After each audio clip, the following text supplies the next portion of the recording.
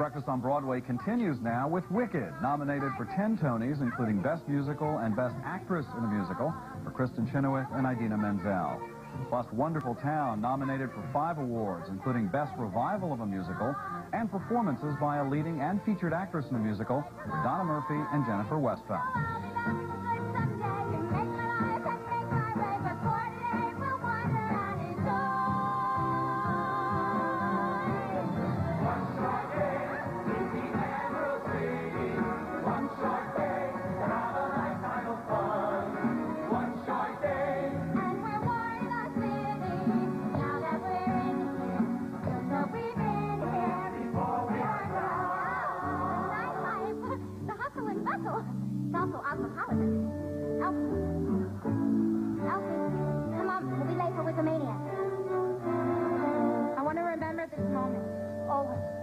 Nobody's staring, nobody's pointing.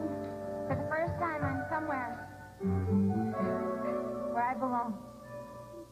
Wicked, a reimagination of the lives of the witches from The Wizard of Oz, has met with critical praise and audience delight.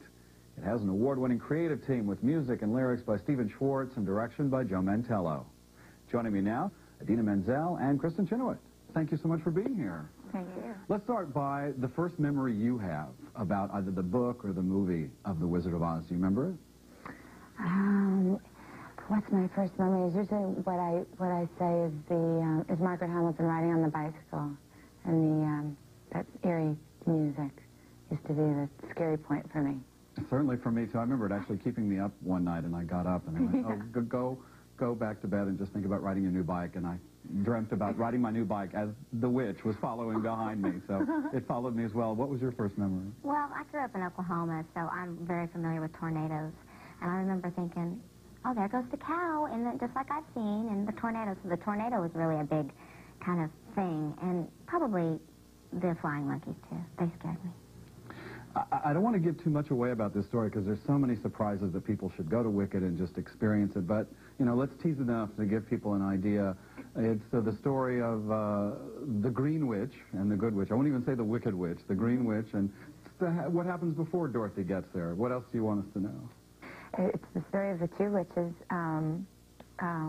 before Dorothy gets there. It actually starts with their relationship in college at Shiz University, and it chronicles their lives sort of past when Dorothy and is that they there. were friends. Little do we know. I mean, later on, if you've been watching Judy Garland all these years, it started off that they were friends. Is that, you think that's, I think that's really great for people to sort of get that history or made-up backstory history, and that's tons of fun. Part of the fact that you are roommates, right, in the musical, is that it's 2 female leads. We're used to having a male and a female lead in a musical, and sometimes a male and a male. It's very rare to have 2 females. How do you feel about that? Well, we love it. No, we do. We think it's important. We think it makes a good statement for, you know, musical theater today, and the importance of having 2 strong women characters. And it's a great message also for not just women, but for everybody about, you know, always wanting what the other person has, and these women who can be tricky with each other, and but yet they love each other. So. It's just a great friendship, and I think people of all ages are responding to, mostly in the show, about this relationship, and that's what's unique about our show. Let's talk about both your entrances. First with you, Kristin. Tell me about your entrance or what you want us to know. Well, you know, I think we just didn't have a choice with Linda. She had to come in the bubble, and I do actually come in a bubble, and actually it does have bubbles coming out, which is nice, except for when the bubble machine breaks and pours all over my face. Oh, I didn't know that. Yes. I'll be sitting in liquid bubble juice, I guess we'll call it. Does that happen very often? Not too often. I'll be like, let us be. Or sometimes I swallow bubbles. Oh. Or I pop them with my wand if I get real bored. Oh, yeah. But it's probably the best entrance I'll ever have. And your entrance, too. You don't come in on a bubble. As a matter of fact, unless it's changed since I went there, you just come pretty much down center stage, and you are there. And I think it's just because word of mouth on the show, or maybe people have come back and seen you, and know you're a powerhouse and they know they're in for a great night in the theater, you get quite a response when you come on. Well, not to downplay me. I mean, I would love that's a compliment to me, but I also think that they're excited to see the green girl. They're rooting for her already because they know that what they grew up seeing in the movie and thinking of this horrible woman, that they're going to actually, experience something different, and they see this idealistic girl come out, a smile from ear to ear and looking at school and her new beginning. That I think there's a joint emotion going on there for me, I hope, and also for the they think they know. And same with Glenda. I mean, they're like, Glenda, it's Glenda. Oh my gosh, it's the green witch. And look, she's got a big smile on her face. Right. She's not the big ugly person, and she's not really mean yet or upset. She's just misunderstood. That's it. Talk to me about the score. It seems to me that it's a powerhouse for both of you, that it requires a lot physically.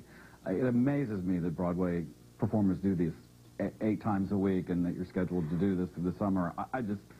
What kind of reserves does it take to be able to pull this off?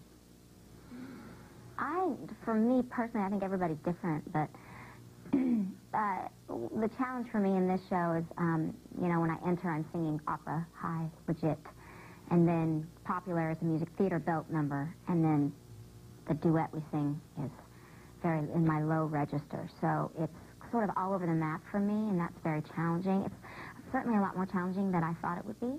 I thought, I can do that. But it's with the speaking and the different tones that I also use in my speaking voice for the character.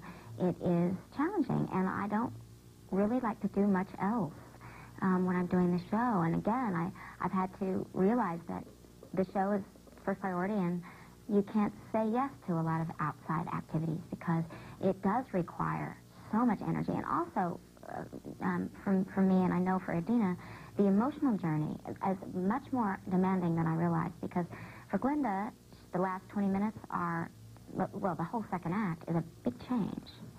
And it's a girl you think you know, and then there's change that happens towards the end where she actually becomes good. And it's very emotional, and it's very draining and very difficult to do 8 times a week, but very twice a day on some days. But very rewarding. And talk to me about being on stage with legendary Joel Grey. I get to dance with him, so, I mean, I don't know how you feel. He spends all his time in my dressing room showing me how to apply my makeup. No, I'm kidding. He is just from the old school, and he's the real deal, and he is what You must have both grown up hearing Cabaret and all those great musicals. And when we were doing the Broadway Cares Everybody's Age auction after our show, 2 nights, he sang Willkommen.